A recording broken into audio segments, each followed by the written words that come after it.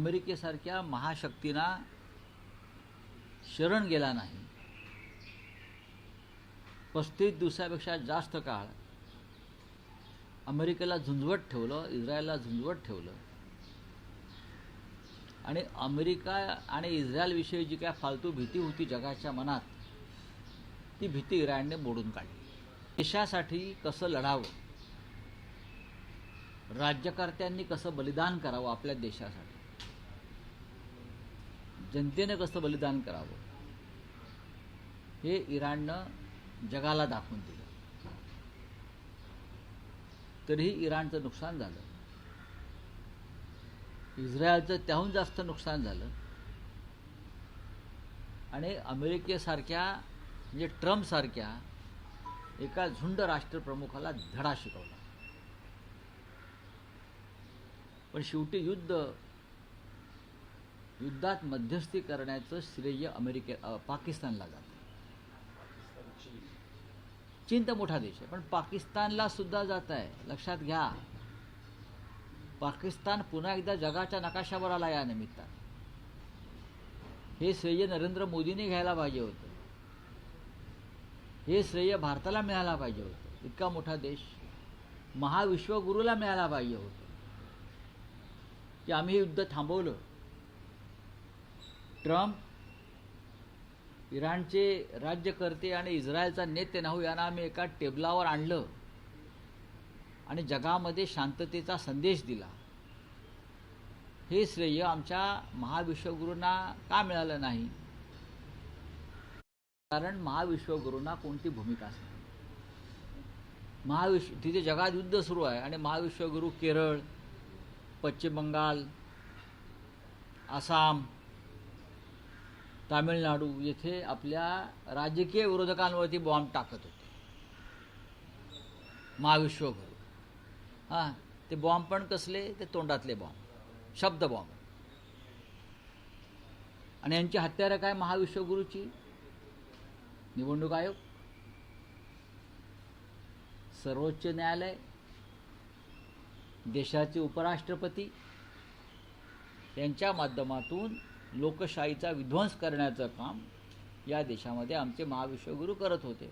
आणि तिकडे जागतिक युद्ध थांबवण्याचं श्रेय हे चीन आणि पाकिस्तानने घेतलं आहे. शांती बैठक इस्लामाबादला होणार आहे, लक्षात घ्या. जे इस्लामाबाद तुम्ही ऑपरेशन सिंदूरमध्ये ताब्यात घेणार होतात, जे इस्लामाबाद तुम्ही ऑपरेशन सिंदूरमध्ये ताब्यात घेणार होतात, तिथे तुम्ही तुमचा झेंडा भाजपचा फडकावणार होतात, तिथे प्रेसिडेंट ट्रम्प, नेतन्याहू, इराणचे राज्यकर्ते बसून जागतिक शांततेवर चर्चा करणार. भारतासाठी अत्यंत लाजिरवाणी गोष्ट आहे.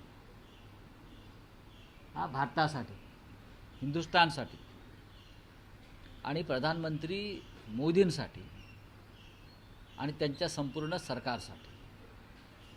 कसले विश्वगुरू, कसले महाविश्वगुरू? पाकिस्तानला जी प्रतिष्ठा यामुळे प्राप्त झाली त्याला जबाबदार नरेंद्र मोदी आहेत आणि त्यांचं सरकार आहे भंपक आणि डरपोक.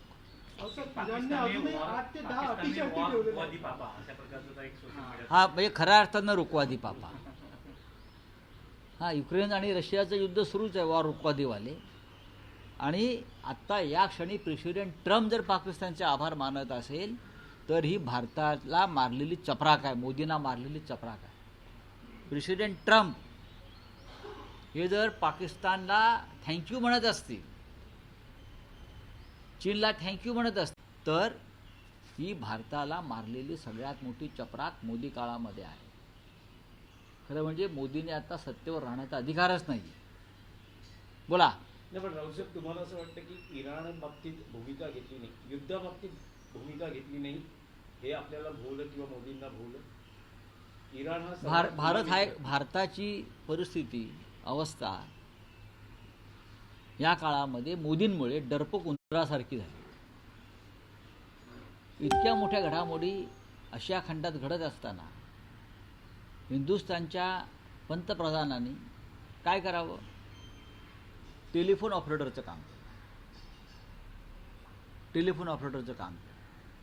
काय आज मैंने सऊदी अरबिया के प्रिंस से बातचीत की, आज मैंने जॉर्डन के प्रेसिडेंट और राजा से बात की, आज मैंने नेपाल के प्राइम मिनिस्टर से बात की, आज मैंने दुबई के शेख से बात की, आज मैंने ईरान के विदेश मंत्री से बात की, मेरी नेतन्याहू से बात हो गई। म्हणजे टेलिफोन ऑपरेटरच्या कामात ते बिझी होते, फोन लावणं फोन बोलणं, फोन लावणं फोन बोलणं.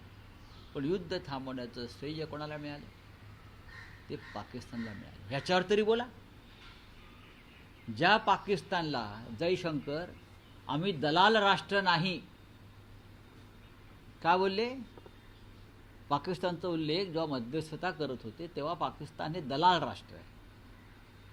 पण त्या दलाल राष्ट्राला युद्ध थांबवण्याचं श्रेय जर ट्रम्पने दिलं, सगळ्यात आधी जयशंकरने राजीनामा दिला पाहिजे.